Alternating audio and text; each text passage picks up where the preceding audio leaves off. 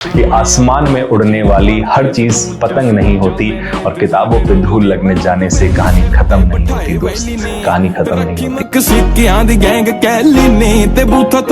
जय हिंद सभी प्यारे बच्चों को, कैसे हैं आप सभी लोग। एक बहुत लंबे समय के बाद आप लोगों से मुलाकात हो रही है। प्यारे बच्चों, बहुत सारे क्वेश्चंस लगातार आपके बने हुए हैं, जिसमें कि सबसे इंपॉर्टेंट अभी जो लगातार क्वेश्चंस आ रहे हैं कि सर आपने स्टार्टिंग में एयरफोर्स की प्रैक्टिस कराई, फिर उसके बाद आपने एनडीए और सीडीएस के लिए, जिसमें कि बहुत बड़ा रिजल्ट इस बार रहा, और उसके बाद अब एसएससी के स्टूडेंट्स, क्योंकि संकल्प बैच से बहुत सारे स्टूडेंट जुड़े हुए थे, तो उसके लिए प्रैक्टिस सेशंस लगातार की उसकी डिमांड चल रही थी। और मैं कई सारी चीज़ों में लगा हुआ था पिछले टाइम से, जैसा कि मैंने आपको बताया भी था कि नोट्स के लिए एक स्पेशल बुक मैं लेके आ रहा हूँ, बट अभी उसमें थोड़ा सा टाइमिंग है, वो एक अच्छे लेवल पर उस पर काम चल रहा है। तो बच्चों, अभी जो समय की डिमांड है वो ये है कि आगे एसएससी के एग्जाम्स होने वाले हैं। अभी इलेक्शंस थे, इसी वजह से आप जानते हो कि सारी चीजें डिले हो गई हैं, लेकिन जैसे कि आपको पता है सीपीओ का एग्जाम बहुत जल्दी आ रहा है, उसके बाद सीएचएसएल है और फिर एमटीएस सीजीएल जो है आगे बैक टू बैक आने वाले हैं। इस चीज को ध्यान में रखते हुए कि आपका जो एग्जाम है वो सारे बैक टू बैक इस समय एसएससी के हैं। नेवी वाले स्टूडेंट्स थोड़ा सा पेशेंस रखिएगा, और उसके बारे में भी आपको कल या परसों में वीडियो मिल जाएगा, लेकिन अभी इस वीडियो के थ्रू हम लोग एसएससी की बात कर रहे हैं। तो इंग्लिश, जैसा कि आपको पता ही है, एक बड़ा रोल प्ले करती है, और जहां तक मैं जानता हूं, जब बात सीपीओ एसआई की होती है तो उसमें इंग्लिश का एक बड़ा सेक्शन है। 250 मार्क्स का अकेला इंग्लिश, अगर कोई बच्चा इंग्लिश कवर कर लेता है तो वो सब इंस्पेक्टर बन जाता है।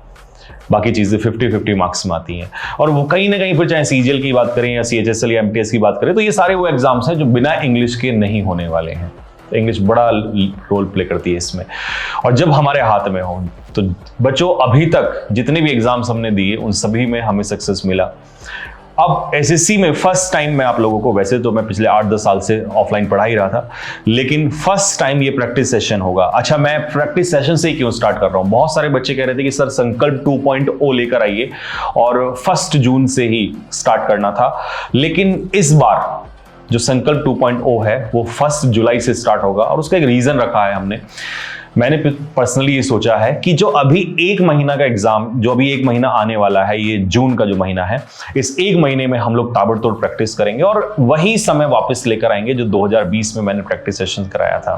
ठीक है, और उसके बाद हमने एयरफोर्स में सबसे पहले प्रैक्टिस किया था और फिर आगे एग्जाम सिलेबस स्टार्ट किया था। तो आप में से बहुत सारे ऐसे स्टूडेंट्स हो सकते हैं जो एसएससी में फर्स्ट टाइम एंट्री करने वाले होंगे, और बहुत सारे ऐसे स्टूडेंट्स होंगे जिनका एग्जाम होगा, उनका अभी सिलेबस तो उन्होंने कंप्लीट कर लिया होगा, बट एक खतरनाक सी प्रैक्टिस जो है वो उनको अभी नहीं मिल पा रही होगी।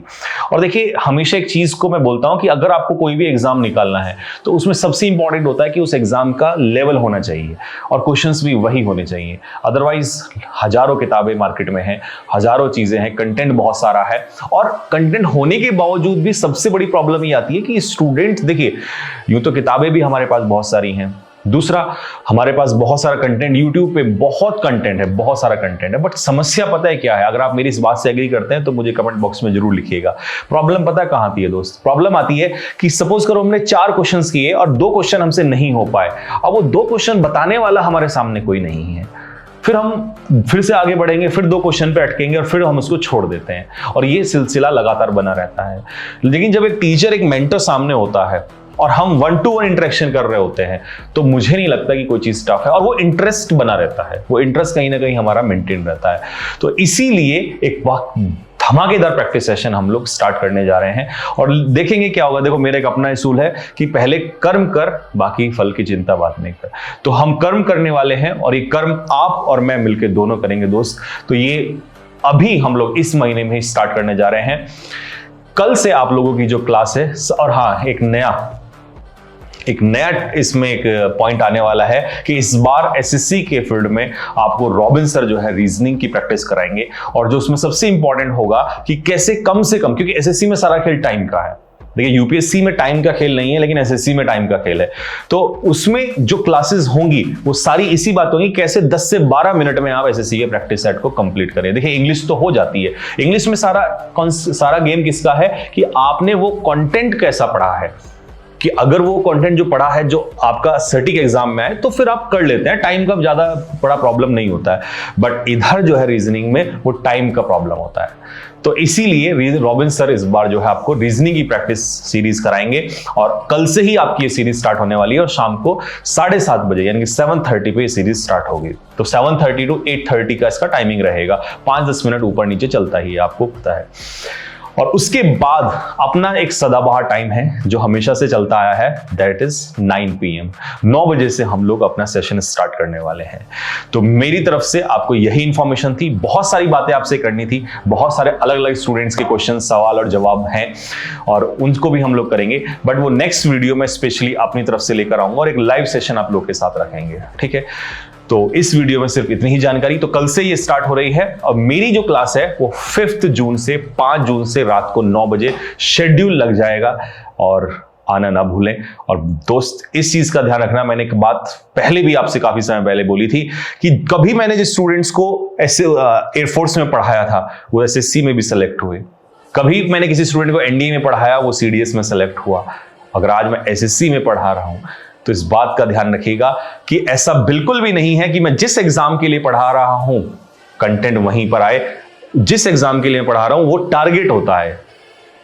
अगर मैं SSC तैयार ले रहा हूं तो पूरा फोकस मेरा SSC पे रहेगा, उसके कौन से प्रीवियस में कौन सा क्वेश्चन आया था या आगे कौन सा आ सकता है, लेकिन उससे आप बहुत सारे एग्जाम्स के लिए पढ़ सकते हैं। तो बाकी अगर आप किसी और चीज के लिए भी तैयारी कर रहे हैं तो आप भी पढ़ सकते हैं, क्योंकि आपको पता है इंग्लिश हर एग्जाम में काम आती है।